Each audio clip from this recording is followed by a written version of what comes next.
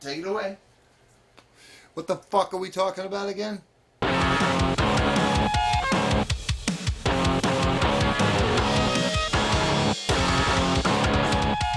Starting in the late 80s in the US, and that's why in every major city you sort of had a big sparking point. And it was a beautiful time for music in a lot of ways, just being reshaped and reformed. I moved to Los Angeles a week out of high school in 1987. The first show we saw that night was Husker Du. Ministry. Spaceman 3. Goth kids. Punk kids. Heavy metal guys. Kids from different scenes were joining these weird bands, and you couldn't call them anything.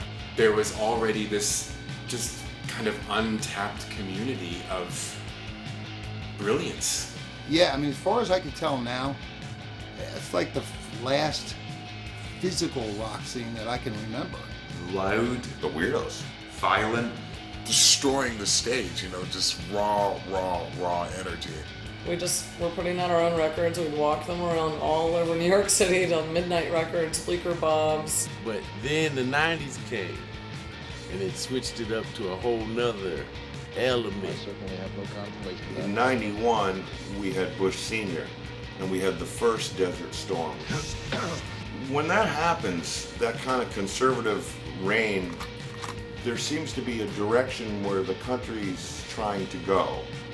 And then there's the rest of us that kind of fall through the cracks of like, what? Like, that's not the plan. Like I don't relate to that at all. Like, why the fuck are we over there? To eject the Iraqi army from Kuwait. It seems like that's when some of the anger in music starts to come out.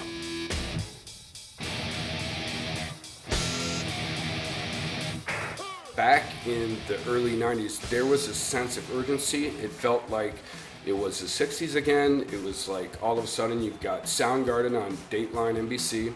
Here you've got, Nine Inch Nails, Jane's Addiction, Nirvana. These bands making a difference at who the hell are these guys and why are they bigger than Guns N' Roses or Tom Petty. It's about growing up in an era that was a lot simpler and feeling lost and feeling pissed off and feeling like, no, I not only want to write songs and be a musician, but I got something to shout, and I'm going to shout it in a certain direction. I'm going to shout it really loud.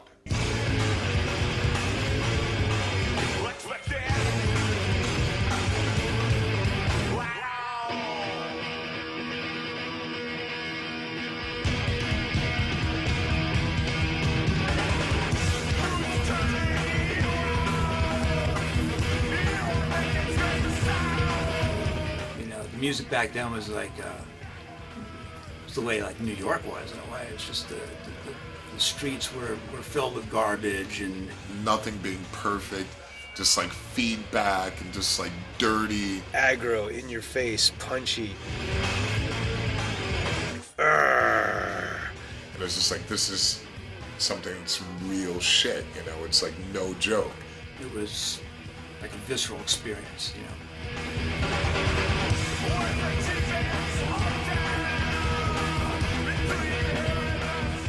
I remember the music business in the 80s, it was changing a lot. The money was crazy.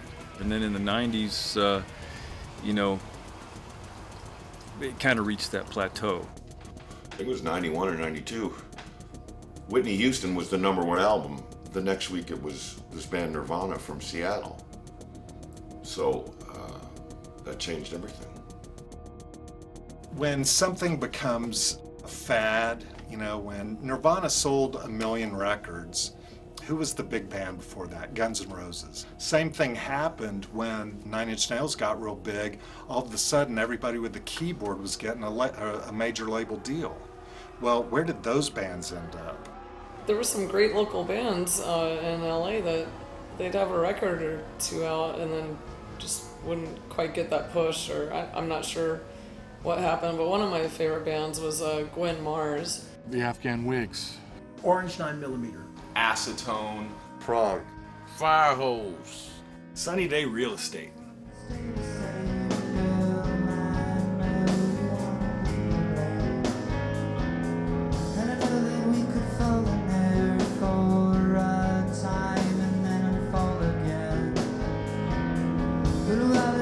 As as the further we get away from it, like things get sloughed off in the history of rock and roll or whatever. It always happens. It's always being, the history is always being rewritten. So now people look back at the sound of the bands in the 90s and it's shorthand. People go Smashing Pumpkins and like 2 other bands. And that's the 90s. So that's just what happens because in popular consciousness, people only know about what they're told about, and those are the bands that made money.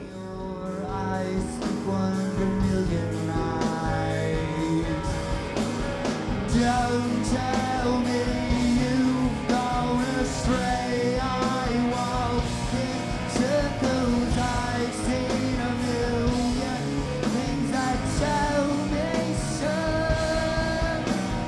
Total anxiety, paper variety. We'll wait for time to turn around your face. We'll wait for time to turn.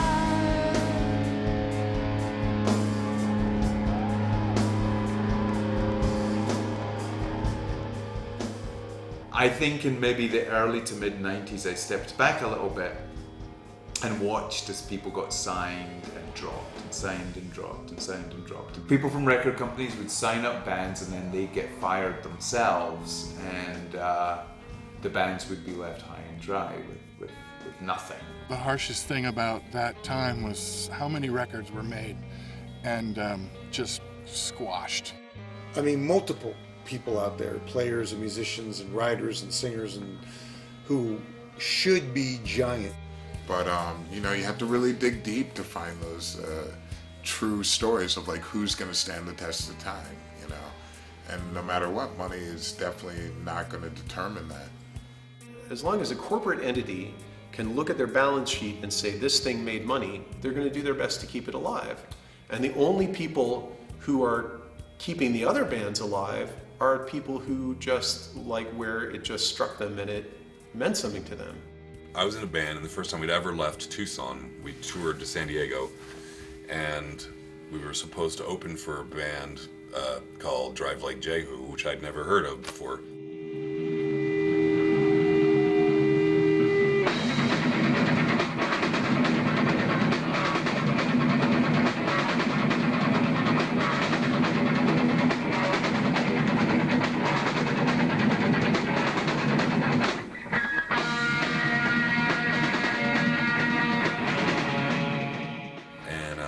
They started playing, and I feel like I was gonna have I don't know, an aneurysm or something. I was freaking out. I couldn't believe it. I'd never heard music like that. It was completely foreign to me and super exciting, and I completely changed how I wrote songs after seeing that band. I mean, a lot of the bands that came out at that time didn't exist to just get signed and make it and live in the lap of luxury and live in a mansion and that. It wasn't. I don't think it was really about that. Look at the 90s, like, you take all the bands from the 80s, all the musicians, and you give their younger brothers and younger sisters guitars, right? And then those people, those younger brothers and younger sisters start bands, and that basically defines the 90s in my opinion, you know? Like, we're all the kids that were the younger punk rock kids. Starting to make music as a young kid, I guess I was 14 or 15. In a nutshell, a friend of mine was killed in a motorcycle accident, outrunning the police. After the funeral was done, I knew a way to break into his house because we used to switch in and out the windows all the time. But I went through his house and I stole his guitar. I was like, I'm gonna learn how to play this thing because he was pretty good at it. And the only thing I knew at the time was AC/DC and Ramones. So I started pounding chords and figuring it out and going one day at a time. And it made sense to me. It was an outlet for me. You know, the rich kids went to psychiatrists, and poor kids like me played punk rock guitar.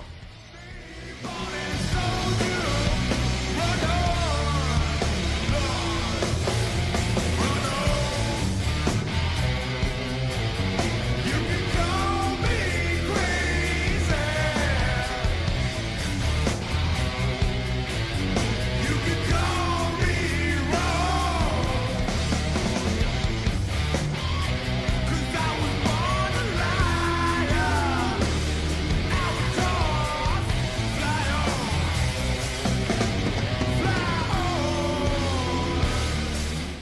music to me meant a movement. You know, I like the passion of it. I like how people change when they listen to it. Then it sort of became my best friend and a way to like deal with the uncertainties of life and the pressures and the heartaches, and it became sort of a garden or a solace, a place where I could, escape. If you arrive at the place and you see a line outside, that's automatically gonna get your whole insides bubbled up. You're gonna go, oh damn, okay. You're gonna get pumped up. The people gonna get pumped up. Everybody's thinking about what's gonna occur that evening. And if the first note you hit on stage, when you hit it, and you look out in the audience and it's packed, if the first note is good, you go, oh, this might be the one, boy.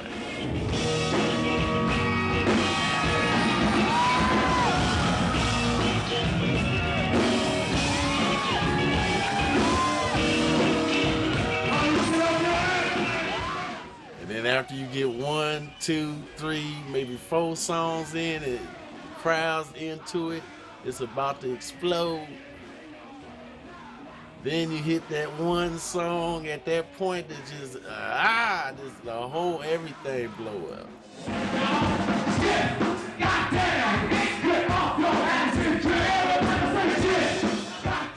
That's when it's just like God just opened up the ceiling of the joint and put his hand in and started slapping the hell out of people. Pow, pow, pow. That's what it's like.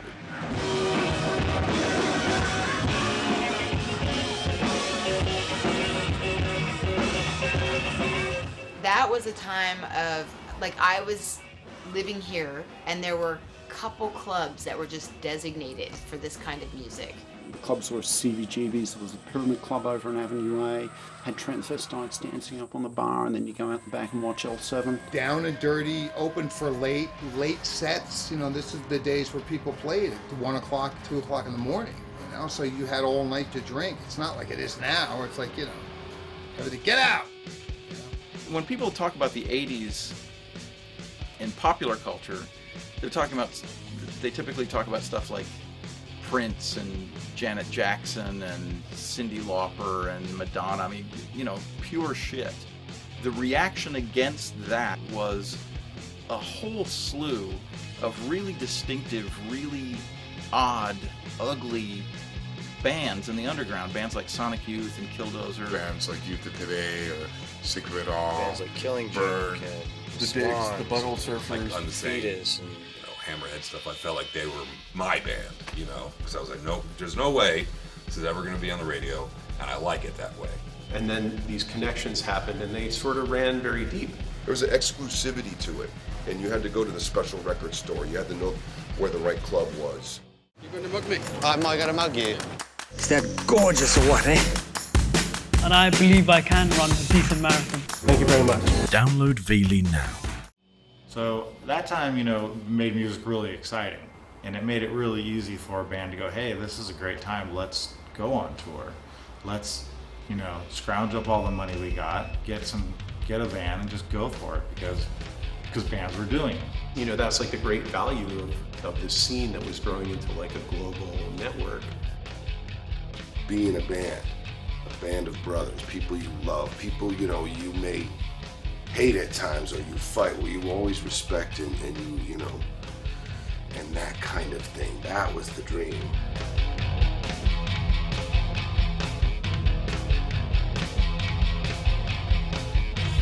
Got into a car, I wore my drums on my lap, and everyone else wore their equipment in their lap, and the singer drove, you know what I mean?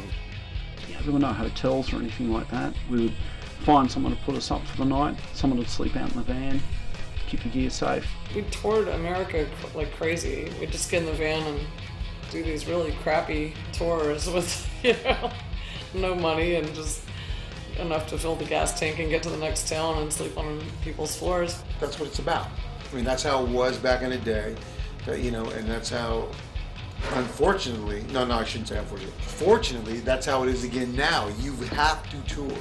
You know, a band has to tour to be successful. We're Brits, you know, so what do Brits do? They complain. That's what you do, British, you complain.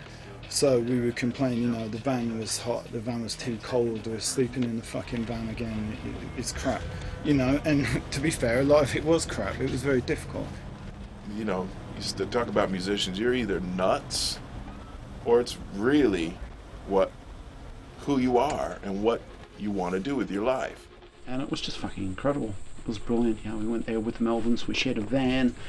Buzz's thing was farting in the van. That was it was fucking freezing. You're driving through Vermont and through snowdrifts in winter. You've got to keep the windows up. And he would just torture everyone by farting and laughing and laughing and laughing. Yeah, farting in a van on the road is heavy and hard. It's hard on people. It's hard.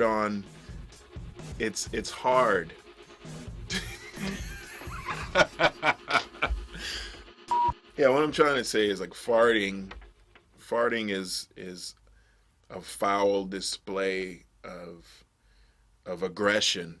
I think it's aggressive. Sometimes it's an accident.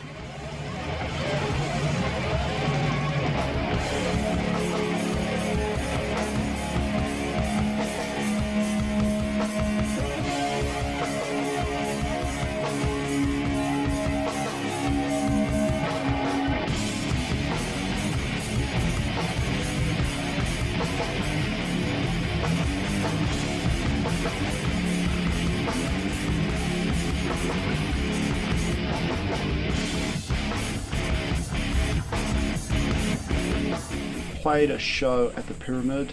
The Melvins and Nirvana were also on the bill. Nirvana had the original drummer, and Page watched the Melvins, who were doing everything in drop D tuning.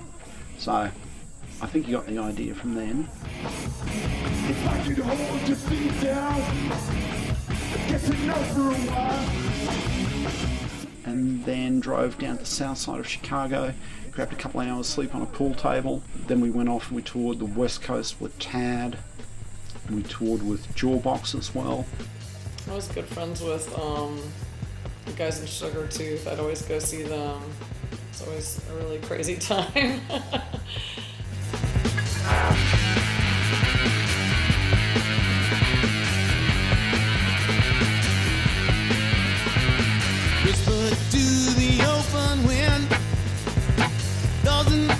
There was real friendship there and just sort of a kick of being together. And there were some times when there was 3 or 4 people in the room, and we still would play. We would kill it too. I mean, those were the best shows, man. It was always a great time because we loved to play. At that point, I'd never seen a drummer like Joey. I'd never seen a badass Latino, cholo, gang-banging punk rocker bash the drums like John Bonham. I think we got held up with a gun in New Orleans and he broke a cinder block over the guy's head or back. Unbelievable. And at that time, the idea of being commercially successful wasn't even considered, really. It wasn't a possibility. But that didn't stop people from enjoying what they did. Was the time I would have cried, and those days have all gone by. Always walked the crooked line, and so did I. You're in my thoughts and you're my fears. You're one as old as you appear, but so much wiser than your years, and I was blind.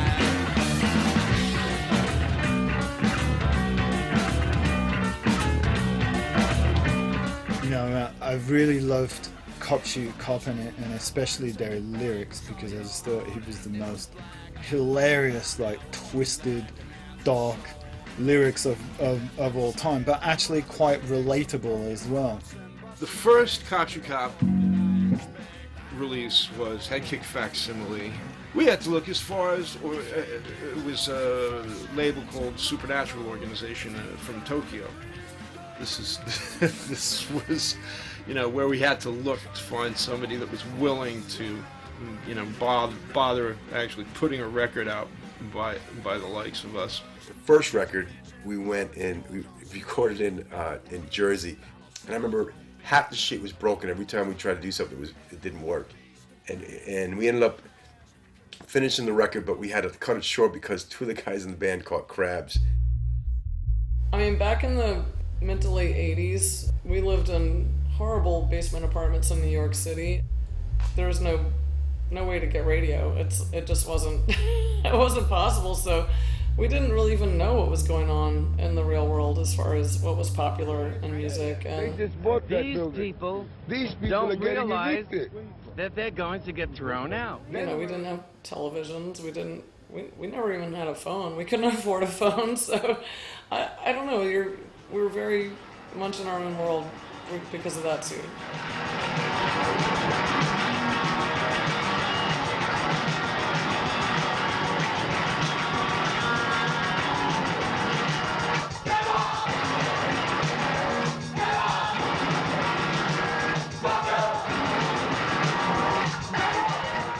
When I came to Chicago in 1980, I saw the weirdest assortment of people at punk shows. Their collective identity was that they had no shot outside in the straight world. Like they really couldn't handle the straight world.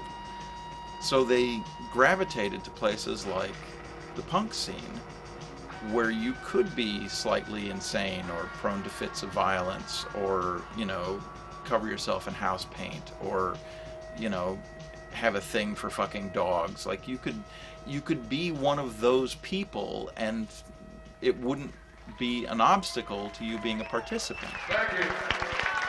There was a sense that, like, this is a thing that's being willed into being and being propagated by the subculture. People who are just like, didn't want to take what was given to them. They wanted to do the thing that came from within. That the only dream didn't have to be the dream of getting on a major label. There was another way to do it, and Fugazi was the band that did it amazingly well.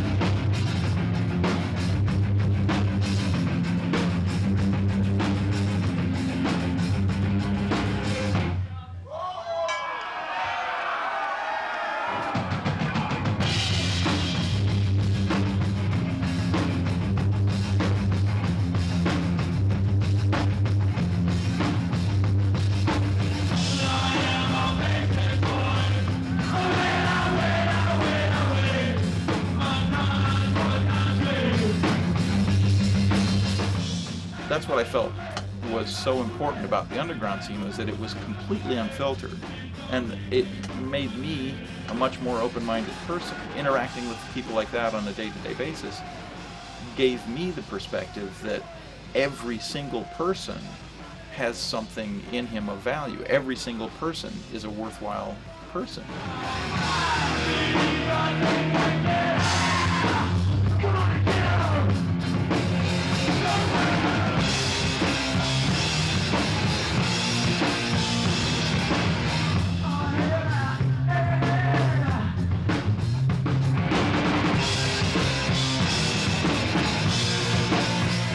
Now, it was 6 years later, you saw bands that were immediately signed, and their first tours were being done in, you know, enormous buses with tremendous amounts of money being thrown on them. I mean, we watched this happen in a very short frame of time.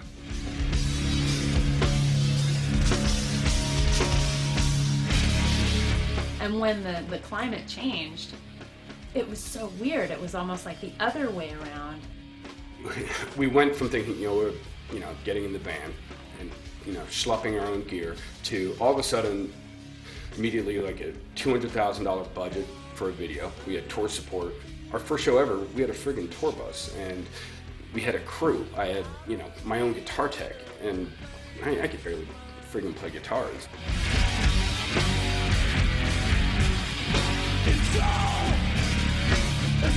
Rich and I are in Europe doing a 27-city press tour with Chris Isaac, of all people, who's, God bless him, one of our friends.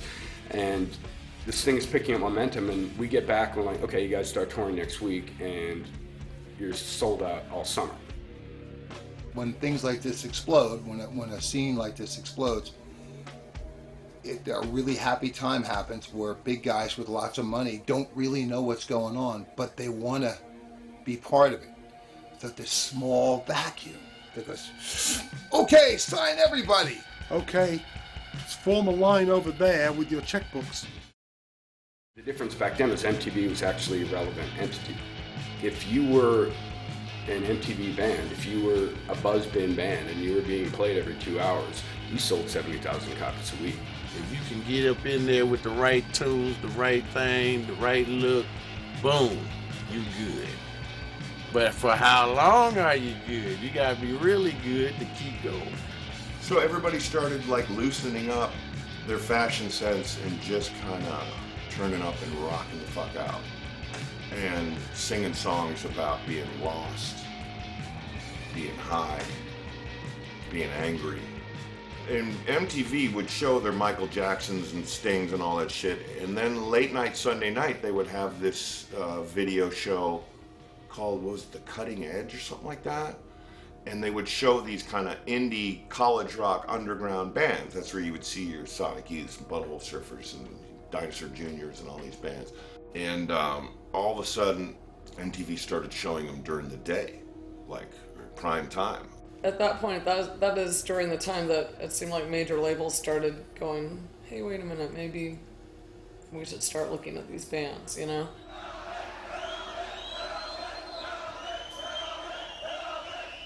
And at that time, we heard Helmet.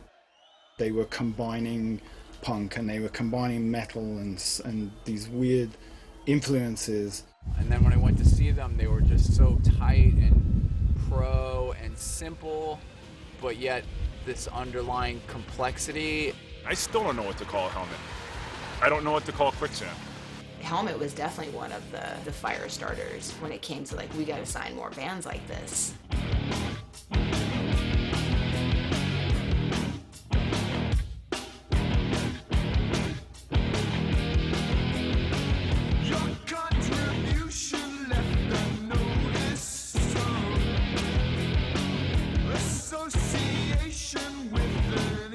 Been out there touring for probably a year and a half or so, and we'd seen ourselves go from maybe playing in front of 30 people to at one stage before Meantime came out, we sold out a 1,000-seat venue in Chicago, headlining. And they were all of a sudden in like 90, 91 getting signed to majors, and then Nirvana got signed to Geffen, and Sonic Youth got signed to Geffen.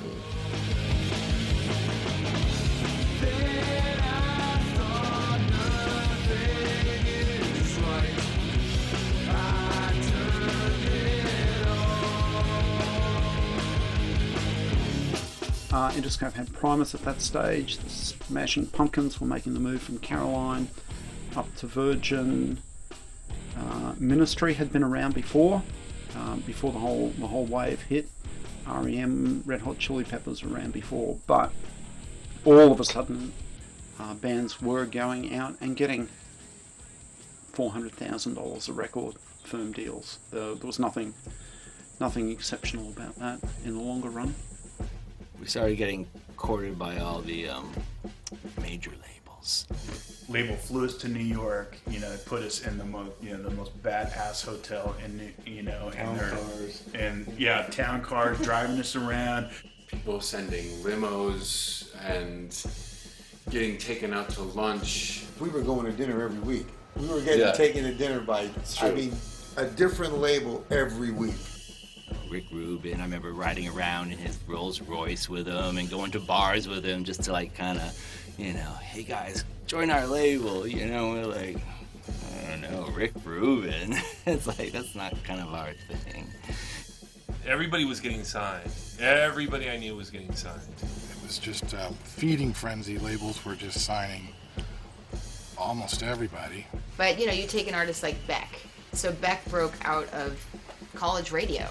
People were showing up at his house. A&R people were swarming, to sign this guy.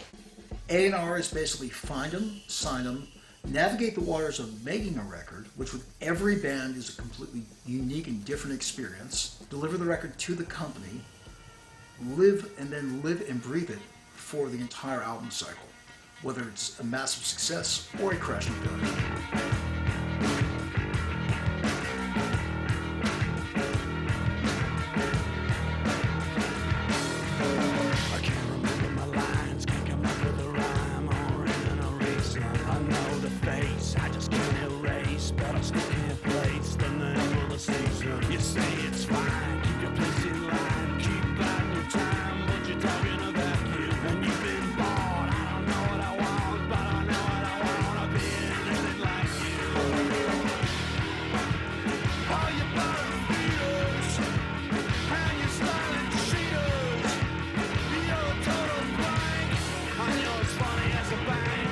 Interscope approached us, and for some reason she came up to me after the show, and I just didn't like her at all. I didn't like anything about her.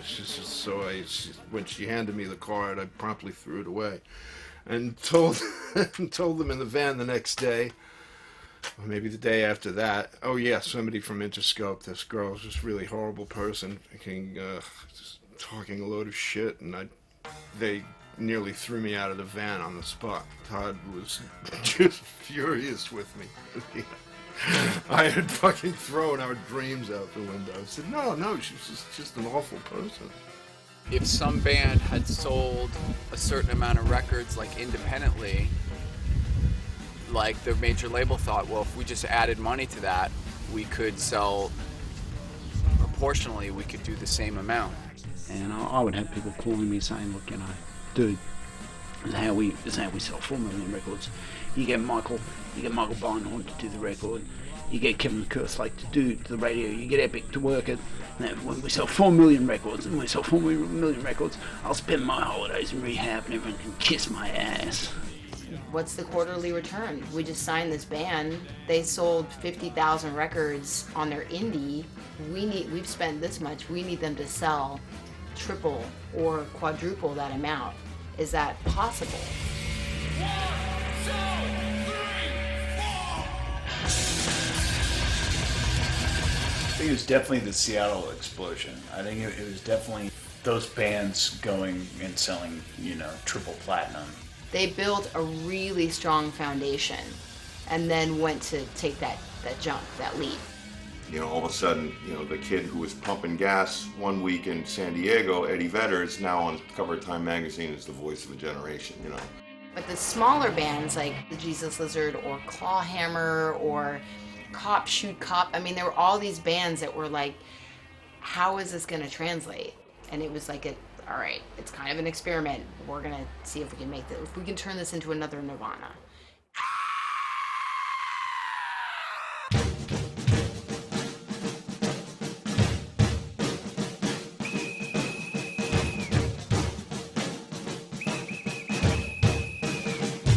Our first single, our first release with them was to make $10 Bill the single that featured this dwarf who was lip-syncing the lyrics.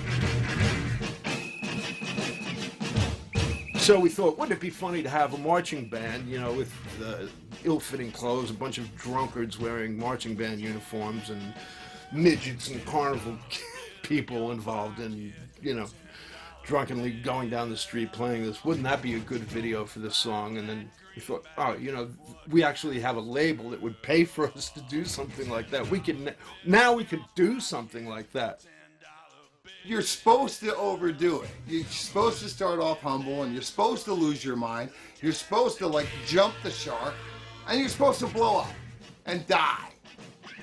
So the big difference for us, for Surgery, after we got signed to Atlantic Records in the great Nirvana, post-Nirvana feeding frenzy of noisy bands, was making a record, big major label record for the first time, and going from having a budget for our record of $5,000 to having a budget hundreds of thousands of dollars. So you're going from sweating your asses off, playing really loud in a really small room where you're practically bumping into each other, to these cavernous, beautiful, big, legendary studios that were built to fit Frank Sinatra and an orchestra, or Nat King Cole and an orchestra, yeah, just being able to have proper equipment, you know, to be able to afford proper amplifiers and sampling gear.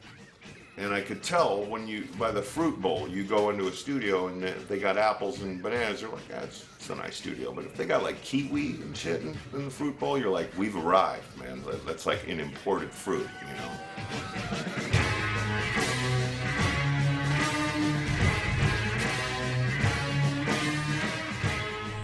You could afford to keep an apartment while you're out of town, and you could afford to just play music every day. And also do really fucking ridiculous shit that I've always wanted to do, like rent Katz's Delicatessen for 3 hours to have a record release party, or go to Mexico for 4 days with a bunch of midgets and make a film. So, what was the question? And so that was like a real, like a beautiful, I have like a wonderful glow of a memory about that time, because having the luxury of taking several weeks to just be making a record was amazing.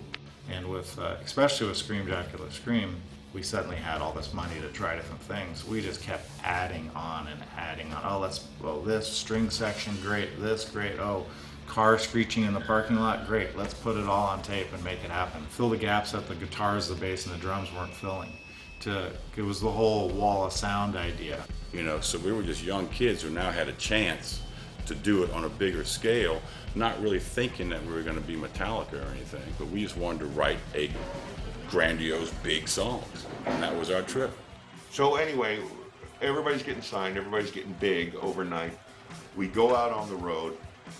We were out there just blowing doors on the small stages for Lollapalooza, and just tore it up. Yeah, it was basically like we were in our late teens, out of control with a budget. That tour was one of my favorite tours to ever do, because it was the epitome of a rock and roll tour. I mean, it was, you know, the fans and the sex, drugs, and rock and roll. That's what it was from day one to the end of that tour. It was just crazy.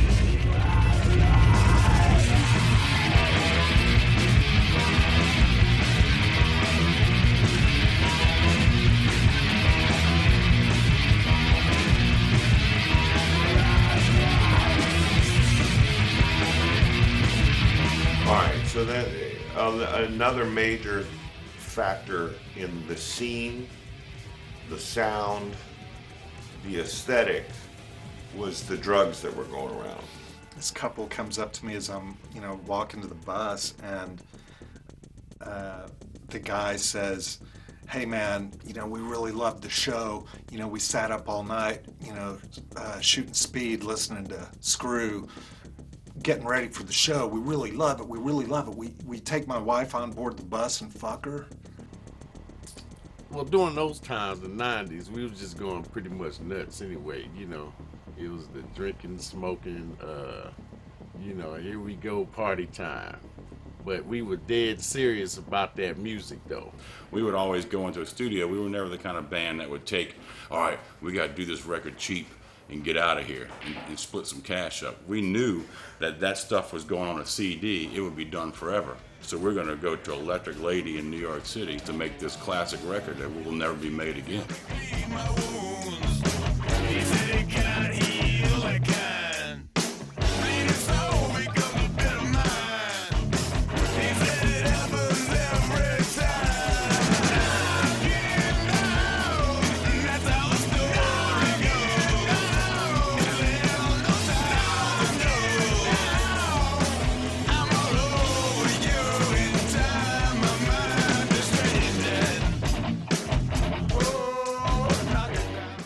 One of the bigger things for us was when we had done this record, Deliverance, we were doing it on a smaller budget, a label called Relativity.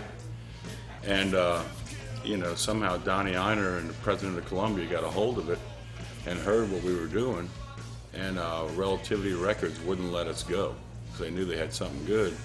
Also, a lot of heads of these major labels were changing. So you got the old dog is now replaced with the new dog, and it doesn't matter what dog, because everybody's still afraid for their lives, and everybody wants the next big thing. And we all got signed because Nirvana got successful. Now there's this pressure to keep it going.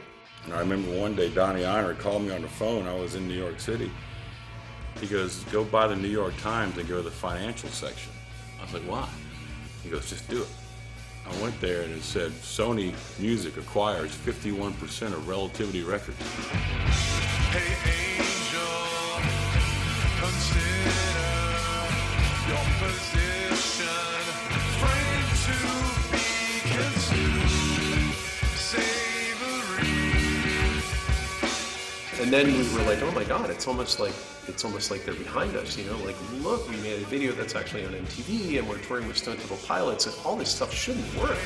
Angel, whatever position we consider fit to put you in. You protest your complicity. And then, you know, conversely to that, you know, when your record comes out, they start keeping score. By our criteria, it was really working great. We were like, oh my God, who knew? This is fantastic. By Atlantic Records criteria, it was an absolute stone flop. Like, it was a complete failure. It was like the least accessible record that we made. And one of my favorite bands, I'm from Baltimore originally, so I grew up kind of immersed in the Baltimore, DC scene, and I love Jawbox. I remember meeting their A&R guy, and he was convinced that Jay Robbins was like the next John Lennon. Like, he was so like, this is gonna be the next biggest band. I mean, he was so passionate about the band. And then the label ended up putting him on tour with like Stone Temple Pilots or something, and their crowd just didn't give a shit. It used to be the case that bands used to go out and develop a following, and people came out and saw them because they put on a good show and they liked what they did. With the major labels, it turned into an entirely different proposition where you know, the tours were constructed, the lineups were determined by record companies, management, booking agencies. We went out for a week or maybe a week and a half with a band called Mercury Rev. I don't know if you're familiar with that band. Great band, but they are like, it's like AC/DC opening up for Pink Floyd. It made no sense. We toured with Silverchair. Nice kids, nice guys, actually really nice guys. Had a nice time with them, but I don't think that we connected with the 15-year-old female audience. I mean, I got the general sense that, you know, people were working in the music industry and just really didn't know anything about music. I mean, you had so many bands getting signed. You had so many bands who thought they had identities and or knew they had identities, yet did the label or did the people working for them exactly agree that that was their identity? I mean, there was one particular thing where there was an advert in Rolling Stone, I think it was, a spin that came out with Fudge Tunnel, England's answer to Nirvana. For one, we didn't want to be seen as a grunge band, and for two, we didn't want anyone to buy the album thinking it was going to be as good as Nirvana or that it even sounded like Nirvana. Which any idiot could have told you that, but it was great because at that time all bets were off and nobody had hands. Like, the major labels were just going like, they didn't know what to do.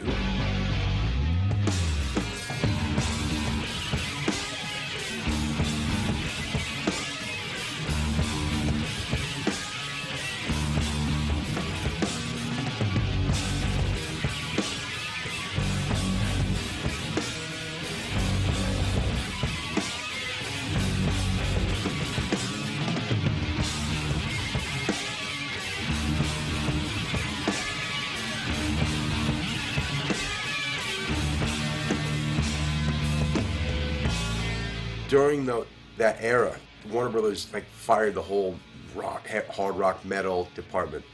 Headbangers Ball went off the air, but yet there were still great bands out there doing great things. After the first record had run its course, and I think it had run its course prematurely, the classic form, the label didn't think that the second single didn't pop as quickly as they thought, and rather than spend money on tour support, let's just call this thing dead. When we got home, there were some questions about when we were going to be going back on the road again and when we were going to be making a second record. And so Joey joined Danzig at that point. Zig. the zig. Yada. We came home to sort of lick our wounds and, reform.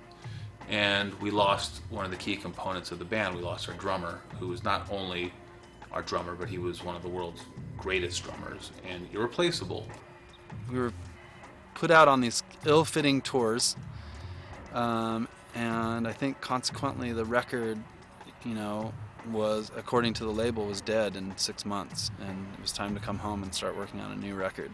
It's almost like, now I'm a newcomer to this kind of major label thing, so you're being wined and dined and told that you're this and that, and you're like, wow, that sounds, thank you, like, that's great, thank you for the really expensive lunch, like, to find out later that you're paying for it all. It's all coming out of you. None of these A&R guys are your buddies or buying you lunch. You're buying them. They should thank you.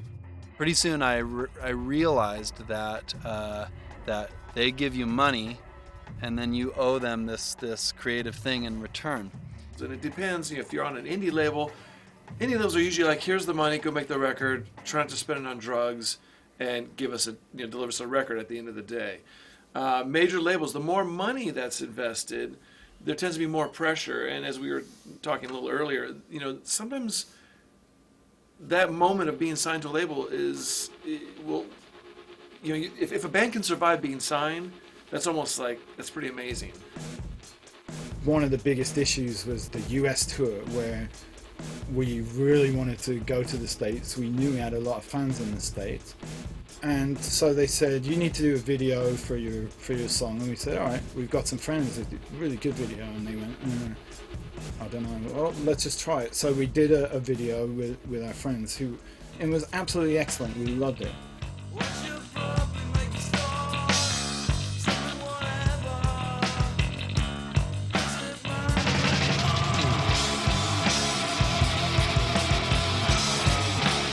But Columbia felt sure that it wasn't ever going to get played on MTV. From my perspective, which was still very naive, so I don't know how accurate it is, but we were forced to spend like $350,000 making a record.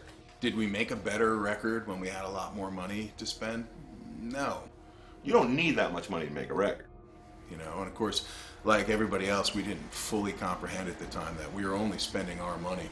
So out of that, you've got to pay for your recording costs, your percentage of your video costs, your promotions. You've got to pay for your road crew, your hotels, for the vans, for equipment. Like, I know bands that have had gold records and couldn't pay their rent.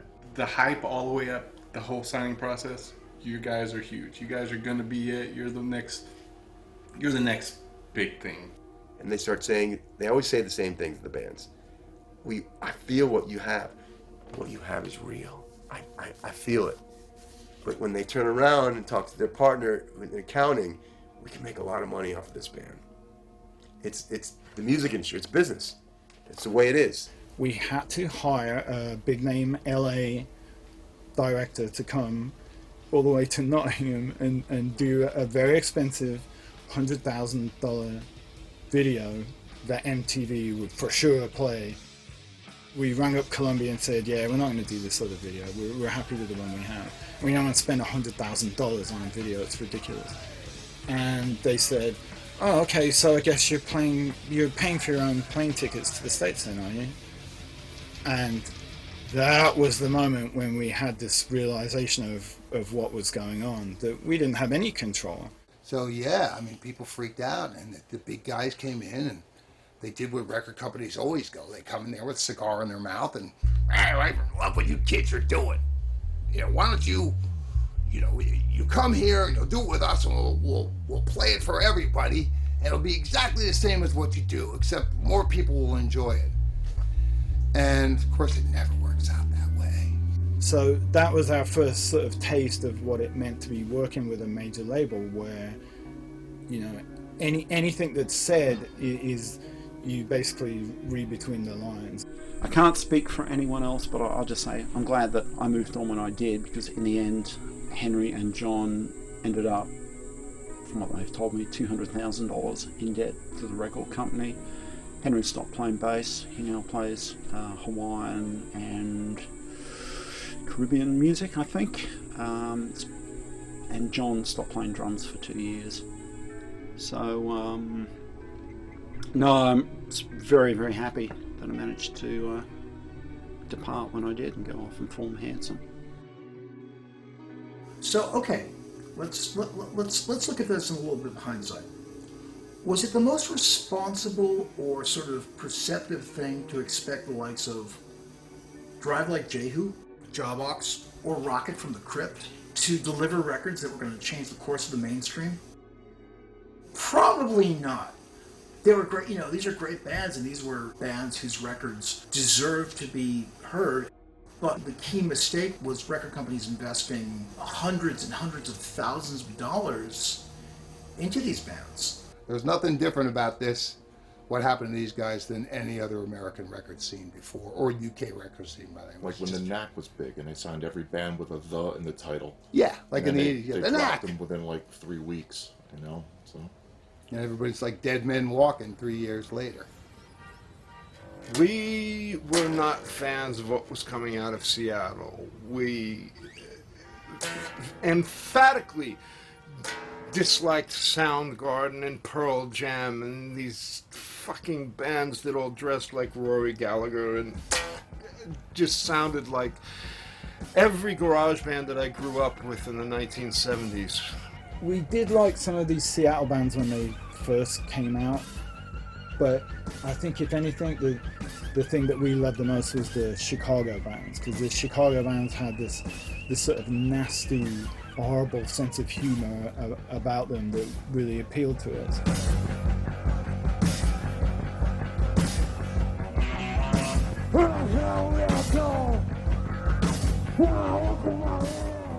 The majors came to Chicago quite a lot. Like, they went to Seattle, and then they came to Chicago after the Pumpkins got big. In Chicago, you had bands like Tar and the Jesus Lizard in particular, who, for my money, were the band of that decade. Like, by far, the best live band that I've ever seen, and easily the best musicians I've ever worked with in the studio.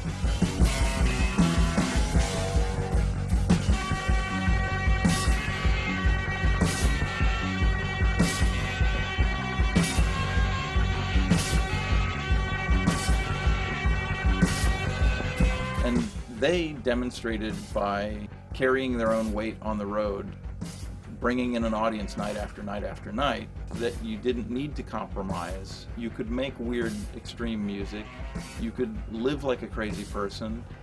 You could do it all with handshakes and head nods and be something of a success at it, Toward the end of their run, they did sign to a major label, and that was sort of began an arc that ended their career, but there was a period of about 5 or 6 years there where they basically didn't put a foot wrong. You would think that, and probably a lot of bands did have the wherewithal to know the indie labels are the better route for us, but it's really hard when the majors come along with the money, with the prestige, and even though you might if you're a band that's so left of center that you're never going to be the next Beatles, the allure of the major label was really hard to deny. All right, welcome to the Whiskey. I'm Carson Daly from K-Rock, and it's a real pleasure to introduce this next band. I'm a big fan of theirs. They've been on the road, but they're home tonight. Please make some noise for Failure.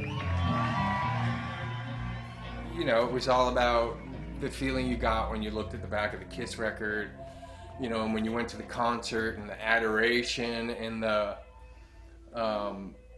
idea that if I was that guy, everything in my life would be perfect. Everything would be okay. I'd have everything I'd want. Everybody would love me. Solar panels shining face is smiling back on me. It's twisting off into the sun. It's okay to be lonely. All my missions put away. I'll never try too hard.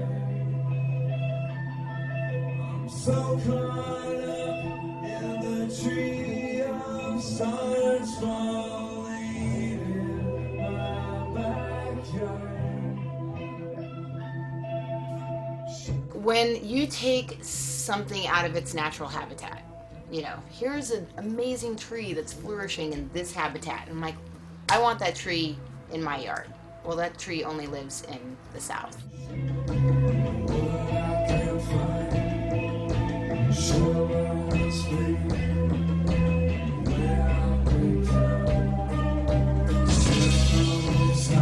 But there's something that happens, I think, when you take a band, a single band, out of its community and then put it into the major label system. The major label system, it's, you know, the developmental process is not really there anymore at all. I mean, it might have been in like the 70s when, you know, or the 60s when Aretha Franklin could put out 7 albums and no one would know who she was until her 8th album. You know, it's like that does not happen anymore. And so that tree might die because it's not getting what it needs.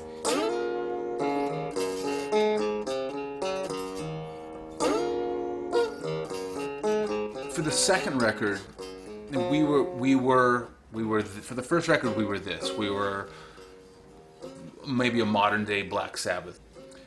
But my biggest musical influence was David Bowie, and one of the things that I had taken from that was every record was different, and he pushed himself, and I thought it was really, it kept him interested, it kept the fans interested, and so I had no interest of doing the first record again. So, you know, we got involved with samples and drum machines, and then looking for some producers. I'd called the Dust Brothers up. Some folks say that Willie Green was the baddest motherfucker the world ever seen. In the late 80s, early 90s, the most important advent, I think, since the invention of, amplified guitar, it was the sampler and digital technology. Dolomite is my name, and fucking up motherfuckers is my game. The fact that a whole genre, hip-hop, came out of it. Public Enemy and Paul's Boutique by the Beastie Boys. They're my paradigmatic example of this sonic chaos that we all used as a reference point. We were both, Josh and I are both fans of Beastie Boys, Paul's Boutique, and you start going through their catalog, like the shit was amazing. And what I really liked about it was that they were thinking completely differently than we were thinking. Why would you just use one guitar and the same amp in the same song? Why don't we use 10 guitars and 10 different amps for all the different parts? And all of a sudden, the doors are open. God damn, mama, this sure is a spooky joint.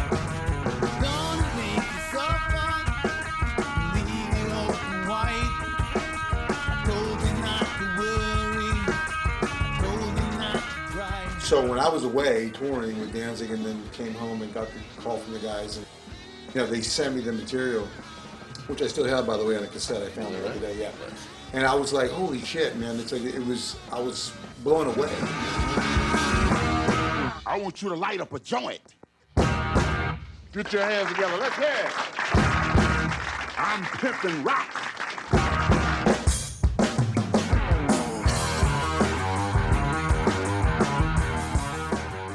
The sort of last piece of the puzzle at that point was the lyrics and maybe even some melody.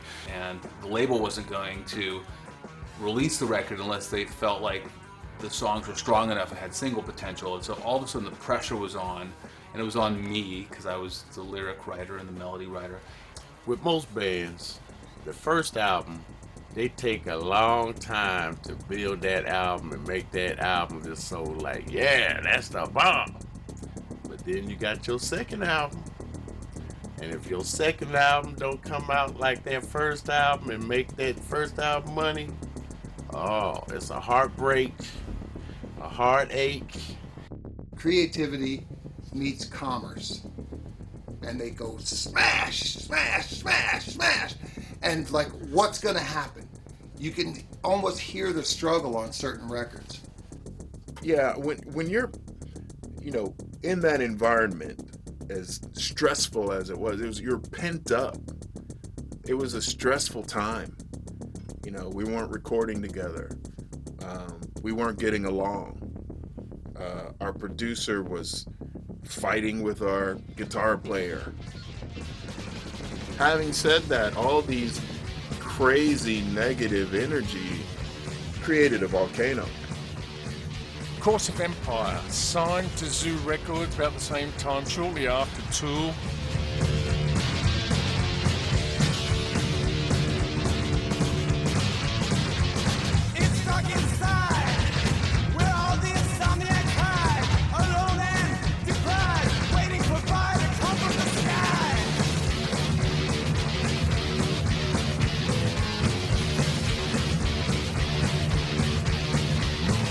In Infested, the metaphor was maybe we're the thing that is infesting the planet. So we tried to use guitars and drums to create the sound of infestation.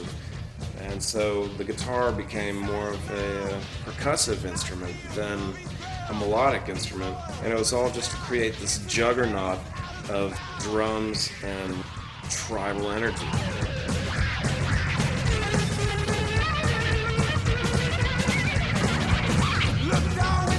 Course of Empire was one of those records, you listen to it and you go, wow, this is good. And then you just never hear, and then you go and talk to the A&R guys and go, what happened to that band Course of Empire that you had? And they go, oh, they're making a new record. Oh, what happened to the last record? Yeah, yeah. And it was always a common refrain of, we could never get it off at radio.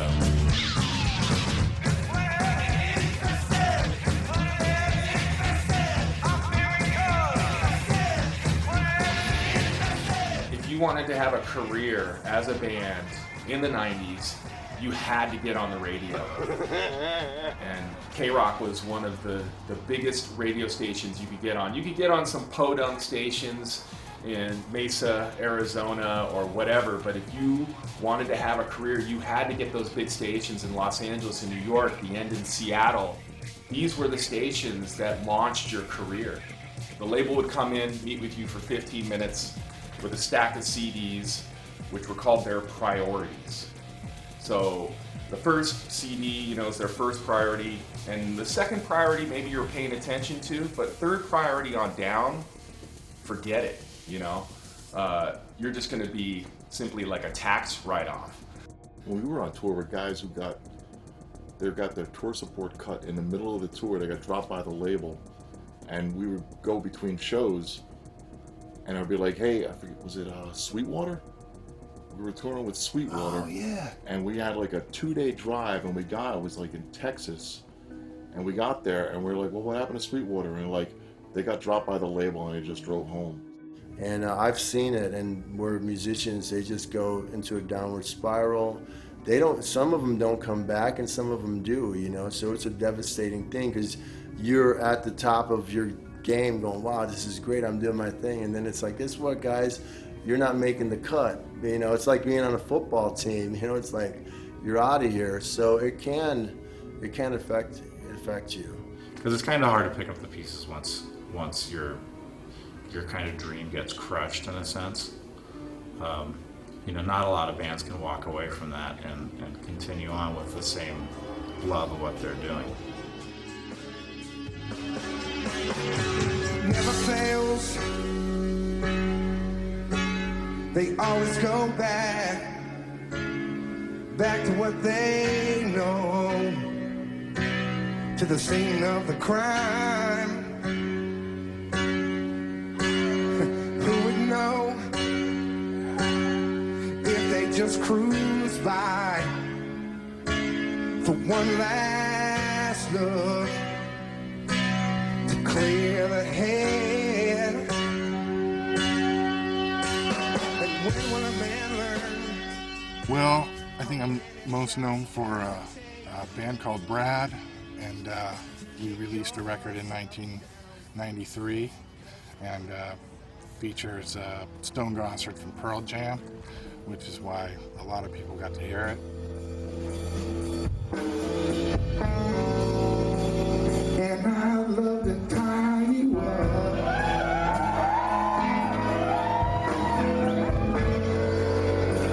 And you love to let me down. Sean is really the real deal. I mean, Patton's the real deal too, but there's something about Sean. I don't know when I've worked with a singer of that level of Sean where it would just floor you when he just starts singing. I got Suffering on the radio. And here's where, politics comes into play. Suffering was on a soundtrack for a movie and then was also on the label. And there was sort of a disagreement because the label was pushing a different single. The soundtrack was, I don't even think they were pushing that single. Neither one of the labels sort of steps up to say, okay, yes, we're going to join forces with you and push this single. And so that song got on for maybe like 30 spins and was gone. The more I learned about the business side, the less I wanted to do it. Because it didn't reconcile itself with my dream of making music. And I came in and I remember saying to the record company after Dopes Infinity came out, which was our second major label release, how come this stuff isn't bigger?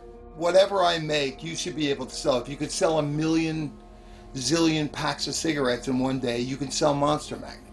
I was mad. I was really, really mad. Because I was still under the belief that, what I was doing was all about making music, making great music, which is what turned me on to wanting to be a musician in the first place. I didn't have this other, the stuff that a lot of the other indie bands have with like, no one understands us. And I was like, I don't give a shit if they understand us or not. You guys should be able to sell anything. You're record people. In a joke, in a fit, I was like, what do I have to do? Put tits and money on a record to sell it? And I was like, that's it. And I went back and wrote Power Trip, which is all about tits and money. So I wrote this satirical record about money and about tits and put tits and money on the cover. And goddamn if it didn't sell. I lost my soul when I fell to earth. My planets called me to the void of my birth. The time has come for me to kill this game. Now open wide and say my name. Space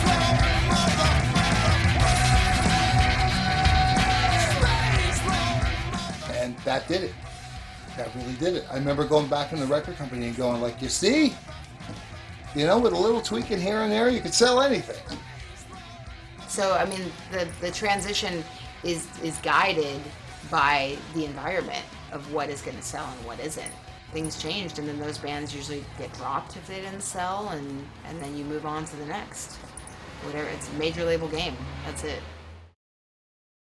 Okay, so the term dropped is really you're dropped from your contract. That would be fine. You can lick your wounds, go back and start over again. But what was happening to bands like Dig and another band on our label, that band Live sold like, I may be fudging the numbers because it was a while ago and I was really high, but they probably sold like 14 million their first record, and then their next record sold like 7 million or 9 million or 6 million, whatever it was. It was a lot less than 14 million. That's considered a major failure to the industry.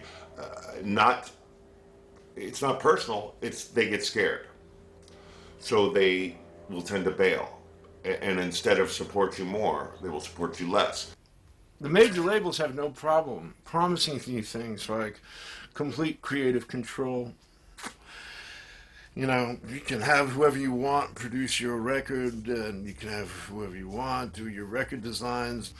But of course, if it doesn't start making us any money, then we're just going to forget about you. Well, this seemed to sink in with Todd. At some point, after 7 years of slogging around the world and, crawling out of the same sewers together, Todd got it in his head somehow that he was the creative genius and we were the slackers that were riding on his coattails. One of these days, Mr. Opportunity gonna be knocking on my door. One of these days, Every band goes through, the trials and tribulations that are similar within reason within different bands. Some bands are going to bicker over the the finances. And some bands want to eliminate that, which is what Course of Empire did, and said everybody gets the same. It's equal. It makes it very simple. I don't know what the dynamic would be if we had done otherwise. It would be maybe like, why isn't my song on this record? Or you took that part out because you want more publishing, and it can become very insidious. And ego definitely played a huge role in it as well. I think the intensity led to the demise of the band.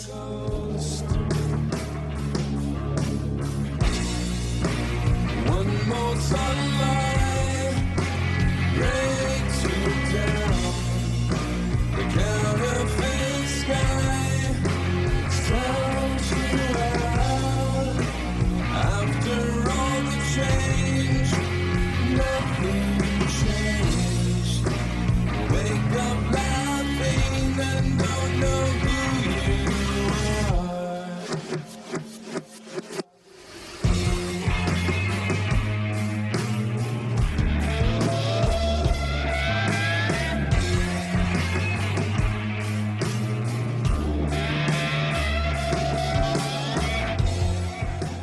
You know, my experience in failure is like no other experience in a band.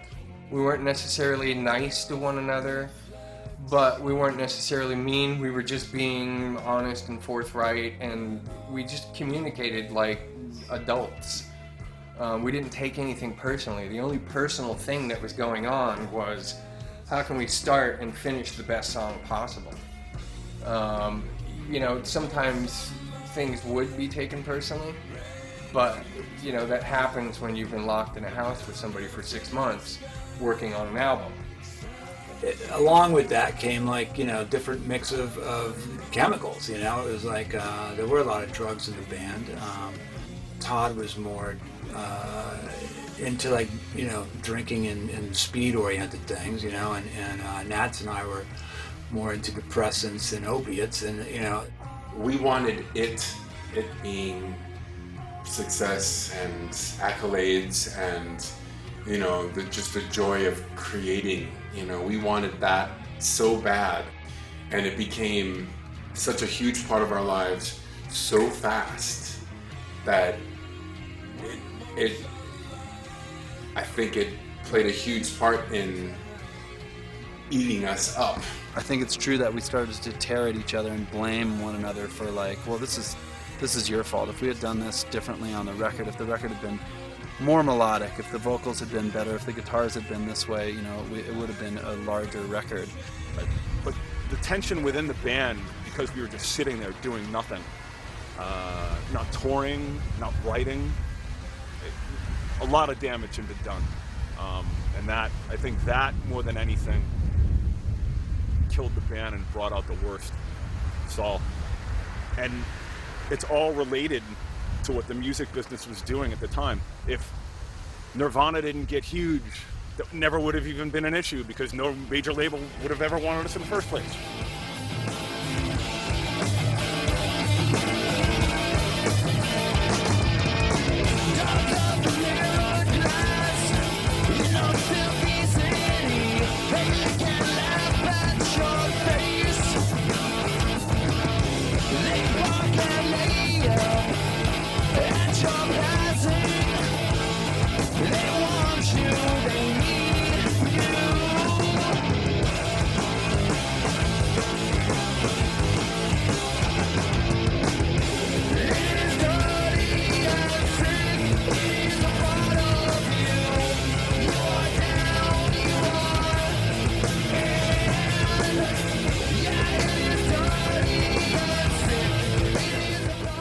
I had never played in a band that was so musically tight and on the ball.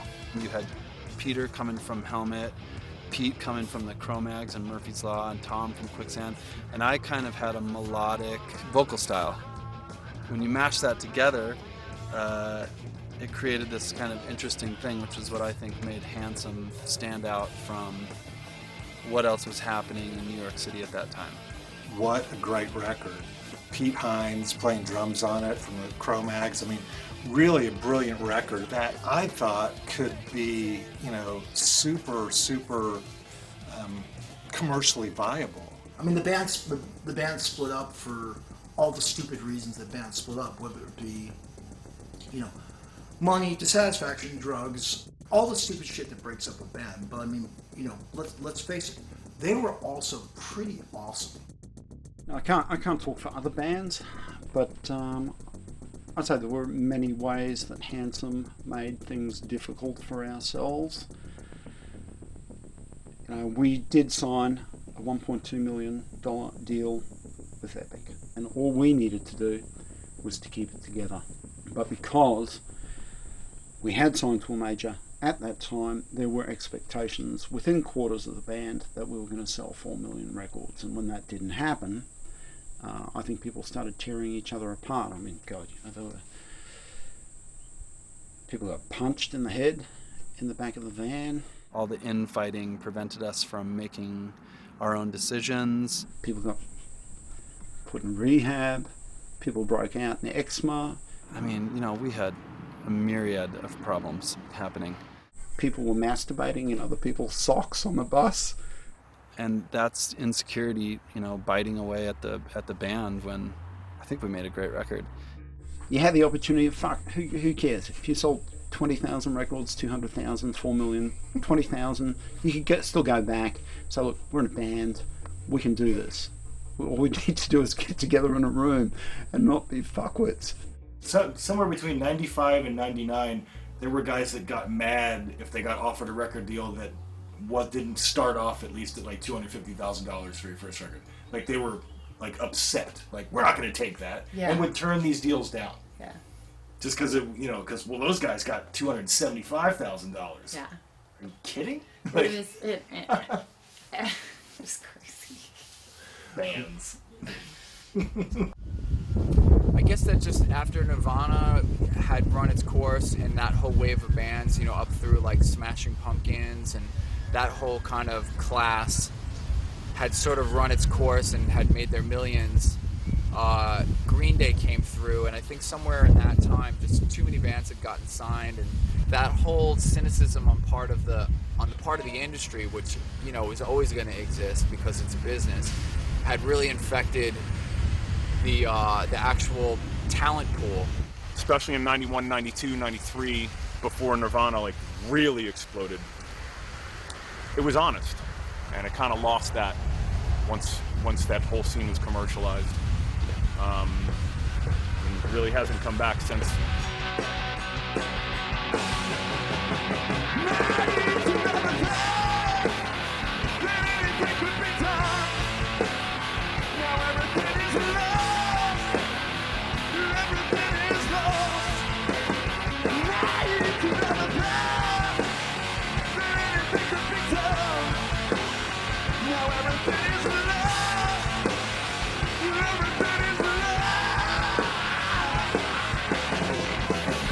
I think what caused the biggest problem in the band was the 2.5 years between records.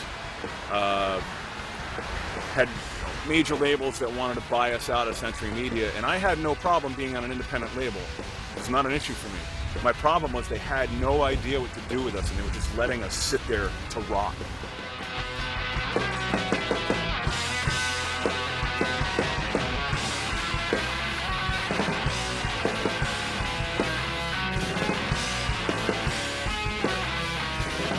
Ironically, 3 or 4 years after we disbanded, there were a ton of bands that sounded like we did, like 7 years earlier. Only Living Witnesses, still cast a very, very long shadow. They're still cited by members of Killswitch Engage, Shadows Fall, basically a lot of people from bands that went on to become much bigger, as a big influence. But Only Living Witness is a great band that didn't get the attention that they deserved. Another band that I think got caught up in the bullshit of the record industry, and if they didn't sell, 100,000 records on that first record, they were done. That's why the industry changed with the internet, because it gave the bands more power even though people now steal everything, but still, you can start a following again. Whereas the labels were like, no, here's this, like, they're waving like a golden carrot in front of you, and you're like, yes, please, like, yeah, sign us up. Big stages, big studios, big budgets, like radio, TV, great, because we got something to say here. But if they decide to pull the plug for whatever reason, now you're stuck, and things start falling apart. Put the carrot in front of their nose, like, here's a bunch of cocaine, here's a bunch of hookers, you know, it's all good, but it makes you forget about what you started doing in the first place and why you got to that point. And at the same time, I'm not going to say with Dig specifically, but a lot of these bands at the same time, you've now reached the apex of the early 90s drug addicts. What's your name? Secret. What's yours? Do you dig masochism at all? Huh? Do you dig getting beaten? I never tried. Want to make an album? First thing I do is I smoke a lot of pot. Like, too much pot. I want something different. I want something special. Oh, no, honey, not for $10. I can't forget that the amount of, when I moved to LA, look, I was a rascal. I was a partying, I was just a wild boy. But coming to LA, it was a whole other level of debauchery. I mean, there were some bands I knew that were just their liquor budget for doing the record was more money than White Zombie had ever been advanced for anything. And I don't know what it is, and it's the music, it's the vibes, it's, you know, it's the fans, it's just this energy that just creates these monsters. I don't know the history and the legacy, all that. All I know is I showed up in 91, and by 93, I was as strung out as the rest of them. By 96, I was a bad drug addict. By 98, I was hopeless and not in any band. Let me tell you something about these stories. They could be a lot of fun to a lot of people that listen to them. But it ain't that funny when you in the whirlwind of the crazy, of the drunkenness, of the drugs, of the hoes.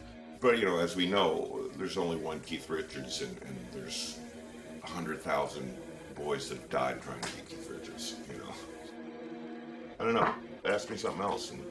You know, a lot of my funny actions, like putting my balls in people's face because they're getting on my goddamn nerves. It's funny to people. But to me, it's an annoyance. You've all exposed each other, and you know each other so well. If things aren't right in the nucleus, things won't be right. Period. What you don't understand is where everything's leading. When all of the signs you see still point to overload. As you reach out your hand, a shattered picture is seen. The first time I ever seen Cop Shoot Cop was, I think, at the Pyramid Club. But what really turned my head and really got me into them was the Ask Questions Later album. The Room 429 song was like, to me, was just like amazing. Up here in room 429, yeah, the world ain't so unkind. I wanna take you to that empty room tonight.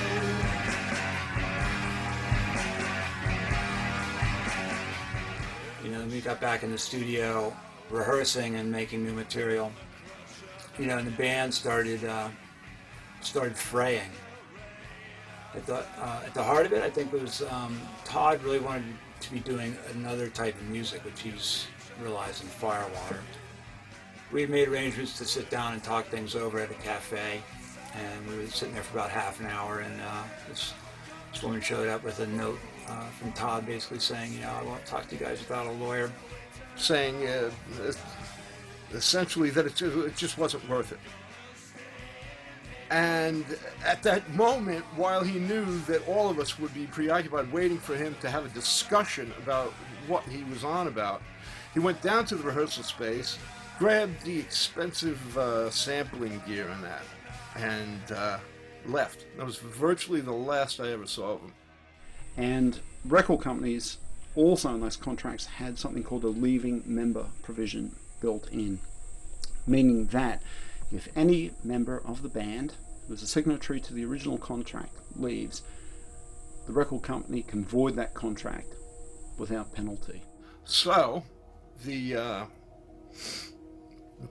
big evil major label in Los Angeles was not the hand that wielded the knife that went into my back. That came from within, because I never had a chance to sit down and even talk to him. He was cowardly to the extent of not even sitting down over lunch to say just what the fuck was going through his head. The easiest route is to feel like angry, you know, and you know, it caused a lot of pain. And Interscope just decided not to. You know, it was by that point they had gotten wind of our drug use, and you know, big fucking surprise there. It took them that long to figure that a band called Cop Shoot Cop might be using drugs, but it's not. It's not what interfered with the creative process. It was a real act of betrayal.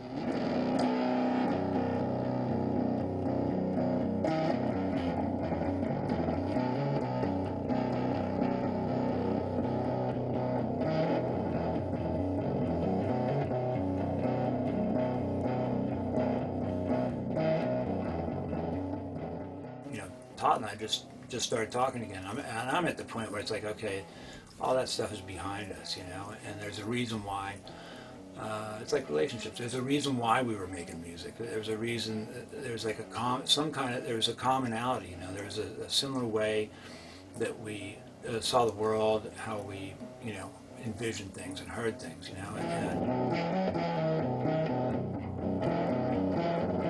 we can now once again like communicate and you know, be civil, be friends, whatever, you know, and you know, that sometimes only happens through time. It takes time. I think most of the underground bands that were signed, apart from the initial rush of which Helmet was part, who were signed with majors, should have probably remained that underband, and they should have maintained their fan base and their ability to be independent and not become dependent on funding and money and pampering from major labels. We had a very fortunate experience on a major label. Everything went really well. We didn't get screwed, you know, and I can't complain. Everything worked out very nicely for us. But I do know some bands that once they went to a major, they basically got kind of shelved, and that's a nightmare. Having your album shelved sucks. So I'm sure it's happened to a lot of bands, and it's nothing new. But yeah, it's incredibly disappointing. But you know, luckily we were able to move on from it, re-record a new record, and you know, Network Records picked us up, and we were able to continue putting out music. To look back and reminisce on what was bad, it's not even worth it at this point in life, you know what I mean? It's because there was so much more that was good. One morning I woke up and I realized I was in Holland about to play the Dynamo Festival in front of like over 200,000 people, and I was like, wow, like I'm not dreaming here, I gotta show up. This just happened. Like this is just one of those surreal things in life. Like you never believe it's ever gonna happen to you, and then, well, it just did. For me, like, meeting the Dust Brothers, I did a lot of studio work for them after we did the Sugar Tooth record. I played on the Rolling Stones record. And Yeah, that's right, huh? Yeah, it was good times. It was good cash. I played on the Hanson record. I mean, I played on the Howard Stern soundtrack, which I got the check for yesterday. Paid for the above ground pool I'm thinking of putting on. Business dealings aside, I mean, the music business has always been notoriously fucked up. But the 90s was actually a very exciting time. I mean, all my friends' bands were signed. We were all full-time musicians, and we were all touring together. Like, the energy was great. People were discovering this indie rock thing and this post-hardcore thing, and the beginning, emo, like with Sunny Day, and you were discovering all these things that it just felt like the first time that these things existed. But I think in the end, these bands got to make records and spend money and go to cool places and do things they wouldn't get to do, and probably reached and inspired a lot of kids that would go on to do interesting bands, later in the 90s or in the 2000s and stuff like that. But all those other bands that ended up breaking up or things happening, they still had their impact as well. Bands that stretched those respective musical languages and sort of rewrote the language of rock itself.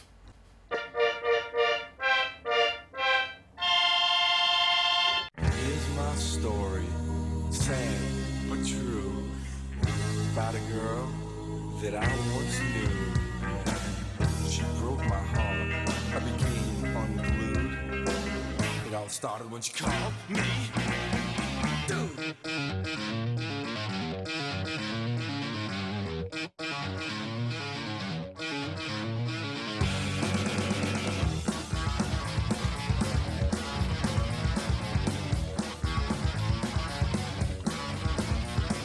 Today I leave the psycho ward, my sentence deep in the blue.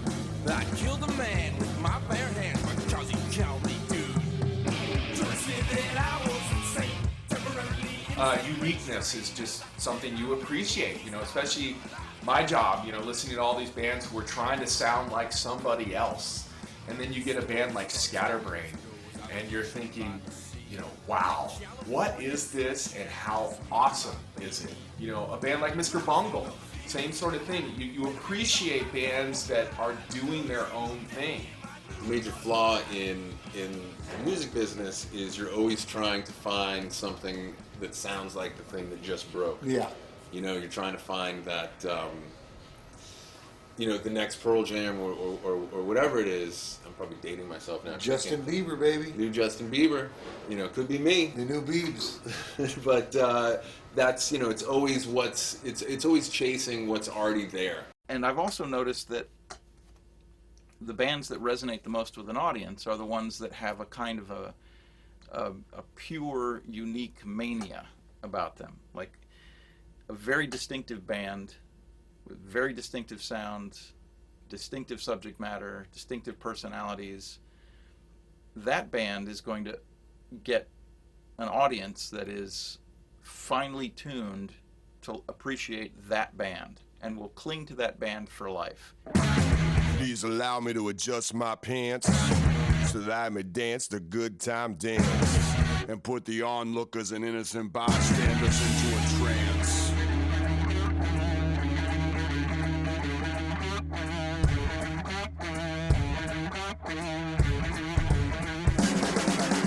Give the sea so the swine will marry and propagate lies. Tough luck for elected officials. The beast you see got 50 eyes. Bring it on home, spread the wealth, play it cool. The hands been dead. With us, I think one of the saving graces is that we always treated the music as our shield. Streets on fire. Our mind goes wild, wild, wild. Streets on fire. When we signed to major labels, when we got dropped, it drove us closer together. And we thought, well, we took these jokers for a ride. They gave us a bunch of tour support, and we went out with bands X, Y, and Z, and they put our records in the store with a bunch of fools. And then we went and did it again, and then we did it again, and then we did it again, until we established a base that we could put out our records ourselves. And all those bands too, like Clutch and the Melvins, like they are aware of who they are and where they are, and you know, they're not trying to like recapture some sound that they had in the 90s or something like that. They're trying to make new good records, you know, and keep moving forward. I know those records that we put out with Atlantic and Columbia, I will not ever see a dime from. And we may sell 10 times as many of those records, but the ones that we sell a tenth of, that we put out ourselves, I can live off of that.